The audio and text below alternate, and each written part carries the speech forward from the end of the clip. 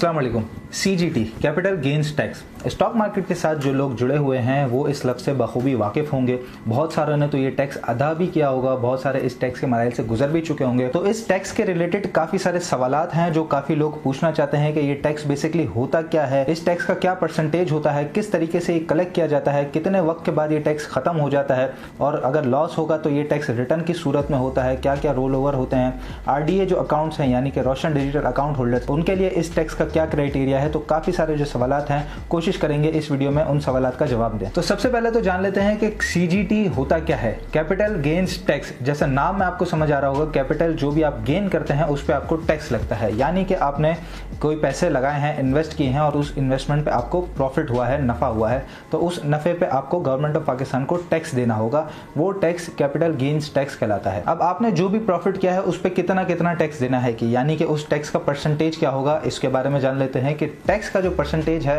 Basically filers के लिए अलग होता है और नॉन फाइलर्स के लिए अलग होता है। फॉर एग्जांपल आपने किसी महीने में 10,000 रुपए का नफा किया है।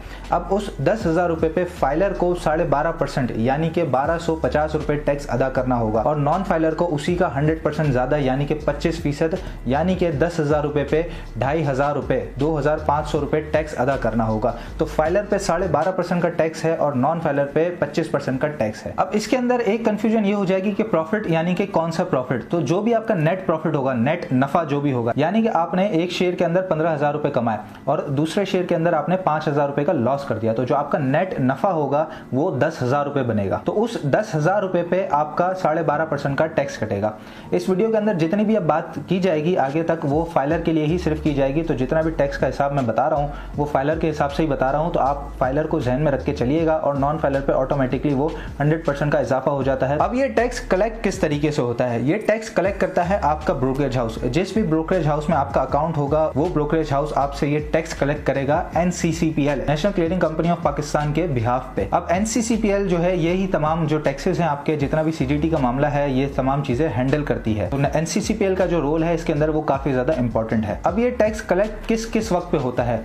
पहले वक्तों के अंदर ये टैक्स सालाना बेसिस पर कलेक्ट किया जाता था। NCCPL आपसे सालाना बेसिस पे ये टैक्स कलेक्ट करता था, लेकिन फिस्कल ईयर 2021 से ये इसकी जो प्रोसेस है वो मंथली बेसिस पे शिफ्ट हो चुका है। यानी कि हर मंथ जो भी आपका नफा होगा उस पे आपका मंथली बेसिस पे CGT कट जाएगा। अब इसके अंदर सबसे बड़ी जो कंफ्यूजन कह लें या सबसे बड़ा जो सवाल आ जाता है वो CGT एडजस्टमेंट को लेके आ जाता है, या आप उसे CGT रोल ओवर भी कह सकते हैं।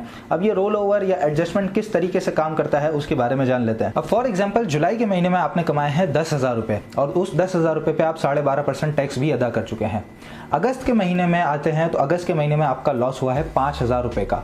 तो अगस्त और जुलाई का अगर दोनों का नेटिंग निकालेंगे तो 10,000 रुपए का नफा और 5,000 रुपए का लॉस, तो 5,000 रुपए का लॉस निकालेंगे अगर, तो नेट नफा आपको 2 महीने का 5,000 रुपए होता है।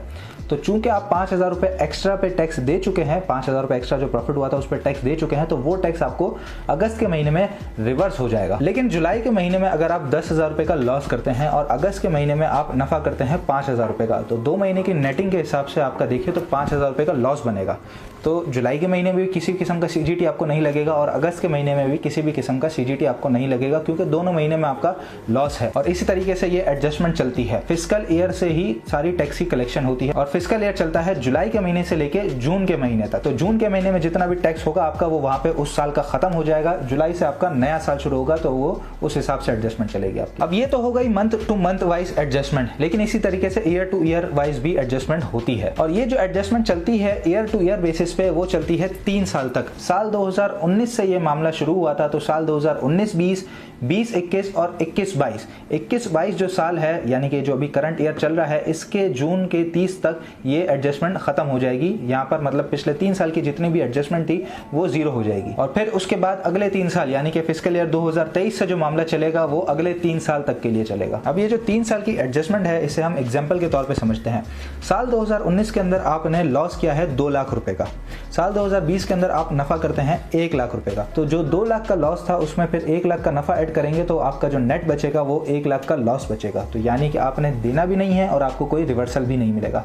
इसी तरीके से फिर साल 2021 के अंदर आप नफा करते हैं 50,000 रुपए का। तो 1 लाख के लॉस में खड़े थे और फिर 50,000 का जब आपने नफा किया तो वो जो नेटिंग गिनी जाएगी वो 50,000 रुपए का लॉस गिनी जाएगी। तो उस 50,000 रुपए पे ना आपको रिवर्सल मिलेगा ना ही आपने कुछ टैक्स अदा करना है। अब इसी तरीके से अगर साल 2019 में आप नफा करते हैं 2 लाख रुपए का, और उस नफे पे फिर आपको 12.5% का टैक्स अदा करना होगा। साल 2020 में फिर आप लॉस कर देते हैं 1 लाख रुपए का, तो आपकी अगर नेटिंग देखेंगे तो 2 लाख का नफा और फिर 1 लाख का लॉस, तो आपका 1 लाख का नफा बनता है। तो 1 लाख एक्स्ट्रा पे जो आप पे कर चुके हैं टैक्स, वो फिर आपको रिवर्स हो जाएगा साल 2020 में। इसी तरीके से फिर साल 2021 में आप लॉस कर देते हैं 50,000 रुपए का, तो 1 लाख का नफा और फिर उसके अंदर 50,000 का लॉस आप हटाएंगे तो फिर वो आपका 50,000 रुपए का नफा बनेगा।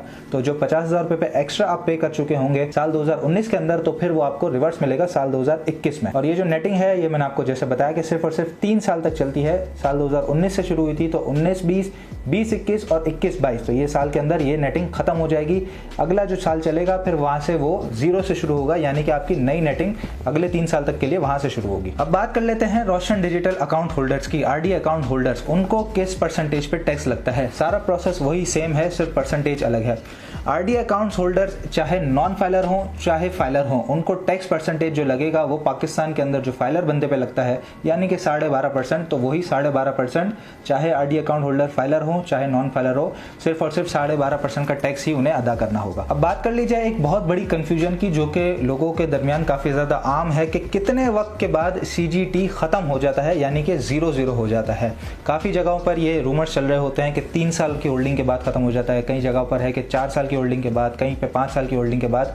लेकिन एनसीसीपीएल की वेबसाइट पे साफ साफ लिखा है कि साल 2013 से पहले की जितनी भी होल्डिंग थी उस पर सीजीटी किसी भी किस्म का नहीं लगेगा, यानी कि 1 जुलाई साल 2013 से पहले की जितनी भी होल्डिंग्स थी उसके ऊपर किसी भी किस्म का सीजीटी अब नहीं है। और ये अभी तक की पॉलिसी के हिसाब से है। अगर आने वाले वक्तों में कोई पॉलिसी चेंज होता है तो फिर वो उस हिसाब से आपका टैक्सेस लगेंगे, लेकिन अभी तक की पॉलिसी के हिसाब से 1 जुलाई 2013 से पहले की जितनी भी होल्डिंग्स थी उस पर किसी भी किस्म का टैक्स नहीं है।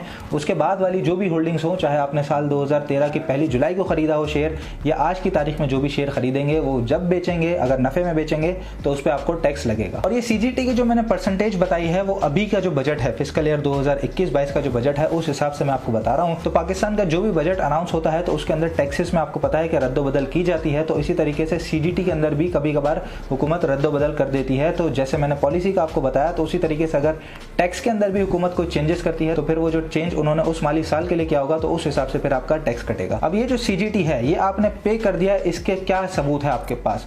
आप जब भी रिटर्न फाइल कराते हैं एफबीआर में, तो जो टैक्स पहले से आप अदा कर चुके हैं तो उसके बारे में कुछ तफसीलात देते हैं। तो इसी तरीके से सीजीटी जब आप अदा कर देते हैं तो फिस्कल ईयर खत्म होने के बाद, यानी माली साल खत्म होने के बाद जुलाई के महीने में या अगस्त के महीने में एनसीसीपीएल एक सीजीटी सर्टिफिकेट आपको इशू करता है। अगर आपने उस माली साल के अंदर किसी भी किस्म का टैक्स अदा किया होगा तो आपको वो सीजीटी सर्टिफिकेट आपकी ईमेल पे इशू किया जाएगा। और वो सीजीटी सर्टिफिकेट फिर जब आप अपना टैक्स रिटर्न फाइल करवा रहे होते हैं तो उसके साथ वो टैक्स लगा के आप दे सकते हैं। तो आपके पास एक सबूत होगा कि मैं ये टैक्स पहले से अदा कर चुका हूं। तो सीजीटी सर्टिफिकेट भी एनसीसीपीएल आपके ब्रोकर को इशू करता है और वो ब्रोकर आपके ईमेल पे, जो भी रजिस्टर्ड ईमेल आपका अकाउंट पे है, उस ईमेल पे आपको वो भेज देता है। तो सीजीटी सर्टिफिकेट के लिए आप अपने ब्रोकर से भी राब्ता कर सकते हैं और डायरेक्ट नेशनल क्लियरिंग से भी राब्ता कर सकते हैं। तो ये थी